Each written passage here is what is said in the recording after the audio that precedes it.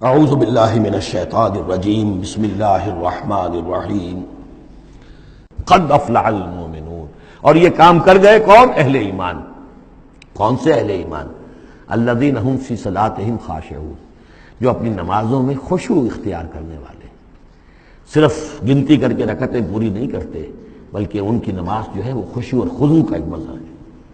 والذین هم عن اللغو معرضون، جو لغو باتوں سے اعراض کرتے ہیں، ان کا معلوم ہے وقت اتنا قیمتی ہے، مجھے اپنی شخصیت کی تعمیر کرنی ہے، میں ایک دفعہ سبحان اللہ کہوں گا تو اللہ تعالیٰ کے ہاں میرا رتبہ کتنا بڑھے گا، میں یہ وقت ضائع نہیں کر سکتا بیکار کے کاموں میں، لغو کاموں میں۔ لغو کام، معصیت کو لغو نہیں کہتے، لغو وہ ہے جس کا کوئی فائدہ نہیں، تاش کھیل رہے بیٹھے پیس ٹائم، بھائی کائے کے لیے، کیا فائدہ ہوا اس سے؟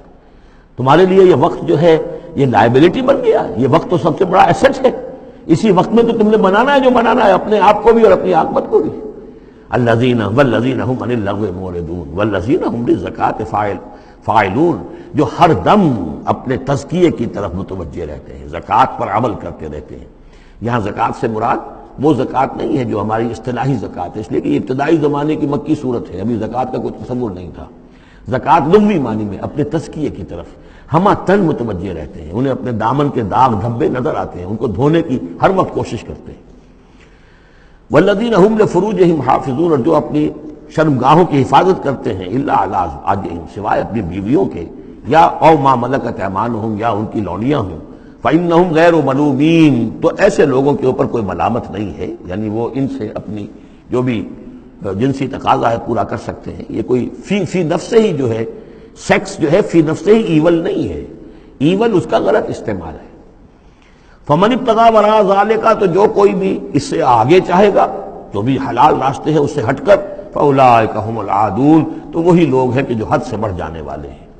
والذین هم لاماناتهم وعهدهم راعون، اور وہ لوگ کہ جو اپنی امانتوں اور عہد کی پوری حفاظت کرنے والے ہیں۔ والذین هم علی صلواتهم یحافظون، یہ نکتہ خاص طور پر نوٹ کرنے کے قابل ہے، نماز سے شروع کیا تھا، نماز پر ختم کیا ہے۔ شروع کیا تھا قد افلح المؤمنون الذین هم فی صلاتہم خاشعون، نماز کی جو باطنی کیفیت ہے اس کی طرف اشارہ کیا شروع میں، اور نماز کا نظام والذین هم علی صلواتہم یحافظون، جو اپنی نمازوں کی پوری محافظت کرتے ہیں، مداومت کرتے ہیں، گنڈے دار نماز نہیں پڑھتے، مستقل پڑھتے ہیں، اس کے تمام جو بھی آداب ہیں، اس کے قوانین ہیں، ان کے تمام ملحوظ رکھتے ہوئے پڑھتے ہیں۔ اولئک هم الوارثون، یہ لوگ ہوں گے وارث کس چیز کے؟ الذین یرثون الفردوس، جو وارث ہوں گے ٹھنڈی چھاؤں والے باغات کے، جنت کے، ہم فیہا خالدون، اور اس میں یہ ہمیشہ ہمیش رہیں گے۔ اللہم ربنا اجعلنا منہم، اللہم ربنا اجعلنا منہم، اللہم ربنا اجعلنا منہم۔ اب یہ آیت آ گئی ہے یہاں پر جو میں نے کہا تھا کہ سورہ حج کے ساتھ اس کی مشابہت دیکھ لیجئے، پہلے رکوع میں وہ مضمون جو آیا تھا، یہاں یہ زیادہ نکھر کر اور زیادہ ایک یوں سمجھیے کہ جامعیت کے ساتھ آیا ہے۔ وَلَقَدْ خَلَقْنَا الْإِنسَانَ مِنْ صُلَالَةٍ مِّن طِينٍ، ہم نے پیدا کیا انسان کو مٹی کے خلاصے سے۔ سلالہ کہتے ہیں کسی چیز کا کشید کر لینا، جو اس کا جو اصل جوہر ہو۔ سلہ، کسی نے اگر نکالی اپنی تلوار جو ہے میان میں سے گھسیٹ لی، اسے سلہ کہتے ہیں۔ تو تلوار مسلول وہ ہے کہ جو تلوار ننگی ہے، جو اپنے نیام سے باہر آ گئی۔ تو یہ سلالہ زمین کی مٹی سے کشید کی ہوئی چیز، یہ جوہر جو ہے مٹی کا، انسان کی تخلیق کا آغاز اس سے ہوتا ہے۔ جو میں نے کہا تھا کہ نطفہ جو بنتا ہے باپ کے جسم میں، کہاں سے بنتا ہے؟ یہی غذا ہے، مٹی سے آ رہی ہے، چاہے اناج ہے، چاہے گوشت ہے، پروٹین ہے، کچھ ہے، یہی سے زمین ہے۔ تو اسی سے تو نطفہ بنا تھا نا، جس سے کہ جا کر پھر وہ رحم مادر کے اندر جا کر وہ بیج کی طریقے پر ایک جگہ دفن ہو جائے گا۔ تو وہ کہاں سے آیا؟ من صلالۃ من طین۔ یا تو یوں کہیے کہ آدم کی تخلیق سے تذکرہ ہو رہا ہے، لیکن میرے نزدیک جو تعبیر میں کر رہا ہوں وہ زیادہ صحیح ہے کہ یہ ہر انسان کی تخلیق کا بھی آغاز جو ہو رہا ہے، اس نطفے کا بھی کہ جو اس کا نقطہ آغاز ہے، وہ بھی کہاں سے ہے؟ صلالۃ من طین، زمین اور گارے ہی اور مٹی ہی کے یہ جوہر ہیں جو کشید کر کے جسم میں گئے ہیں، اور اس سے باپ کے جسم میں وہ نطفہ جو ہے بنا ہے۔ ثم جعلناہ نطفۃ فی قرار مکین، پھر ہم نے اسے ایک بوند کی شکل میں ٹپکایا ایک ایسی جگہ پر جو بڑی مضبوط ہے، بڑی جمے ہوئے ٹھکانے میں۔ یوٹرس جو ہے، رحم جو ہے، یہ بہت مضبوط ایک آرگن ہے، اس کی دیوار جو ہے وہ بہت مضبوط ہے۔ اس کے اندر جا کر وہ بیج کی طرح پر دفن ہوتا ہے۔ فرٹیلائزڈ اووم جو ہے وہ سب سے پہلے جا کر اس کے اندر دفن ہو جاتا ہے، اس کی دیوار کے اندر ایمبیڈڈ، جیسے کہ بیج زمین کے اندر جاتا ہے اور وہ زمین کے اندر چھپ جاتا ہے۔ ثم خلقنا النطفۃ علقۃ، میں نے عرض کیا تھا کہ علقہ کا ترجمہ یہ بالکل غلط ہے جو ہوتا آیا ہے، اور اس کی وجہ یہ ہے کہ اصل میں جو ہماری جو بھی معلومات تھیں وہ ظاہر بات ہے مشاہدے کی بنا پر ہی تھیں، ابھی نہ تو کوئی ڈسیکشن تھی اور نہ کوئی ابھی مائکروسکوپ تھی کہ ان چیزوں کو سمجھا جا سکتا۔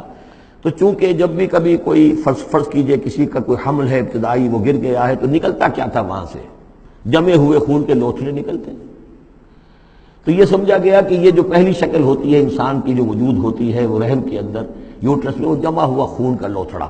تو ترجمہ ہمیشہ یہ کیا گیا علقہ کا کہ جمے ہوئے خون کی پھٹک سے اور جمے ہوئے خون کے لوتھڑے سے، حالانکہ عین لام قاف کا کیا تعلق خون کے ساتھ ہے؟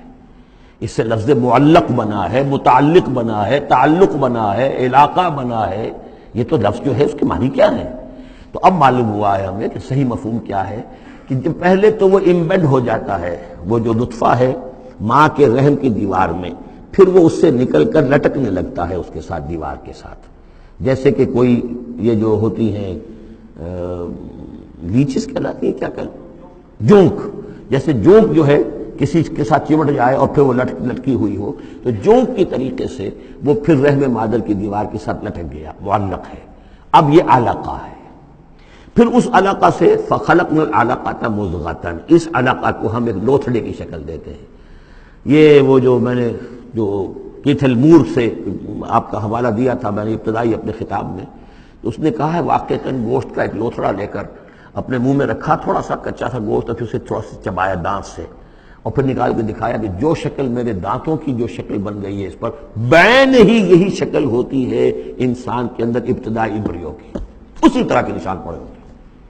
تو گویا کہ یہ مضغہ جو ہے وہ وہی ہے، گوشت کا لوتھڑا کچھ نیم چبایا ہوا سا۔ فخلقنا المضغۃ عظاما، پھر ہم اسی مضغے کے اندر ہڈیاں بنا دیتے ہیں۔ فکسونا العظام لحما، اور پھر ہڈیوں کو ہم گوشت چڑھا دیتے ہیں۔ ثم انشأناہ خلقا آخر، پھر ہم اسے اٹھاتے ہیں ایک دوسرے ہی اٹھان پر۔ یہ ہے اصل میں قیامت کا حصہ جو ہے اس آیت کا، جس کو بہت کم لوگوں نے سمجھا ہے۔ واقعی یہ قرآن کا یہ اعجاز ہے، جب تک یہ چیزیں ابھی واضح نہیں تھیں لوگ گزر جاتے تھے، اور یہ کہ عام آدمی اب بھی گزر جائے گا، لیکن یہ کہ جب بات واضح ہوتی ہے تو معلوم ہوتا ہے کہ یہاں تو قیامت مثمر ہے۔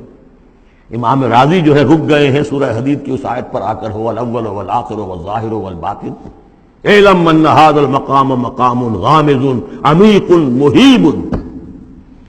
اور اس دور کے کئی مفسرین قرآن کو میں نے دیکھا وہ وہاں سے ایسے گزر جاتے ہیں کہ جیسے وہاں کچھ ہے ہی نہیں۔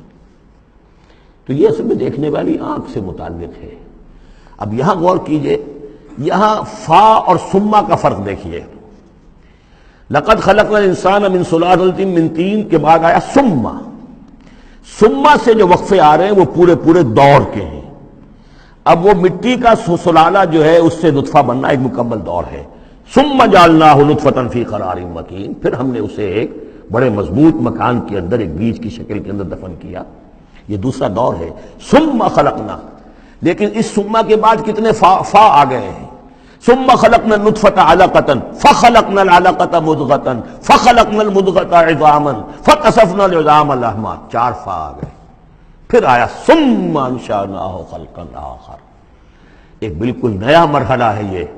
اور اس کی تشریح جو حدیث میں آئی حضرت عبداللہ بن مسعود رضی اللہ تعالیٰ عنہ سے، جب یہ 40 دن نطفہ، 40 دن علقہ، 40 دن مضغہ، جب 120 دن ہو جاتے ہیں، 4 مہینہ، اللہ تعالیٰ فرشتے کو بھیجتا ہے اور وہ کولڈ سٹوریج جہاں اس کی روح تھی ابھی، وہاں سے اس روح کو لاتا ہے اور اس میں شامل کر دیتا ہے۔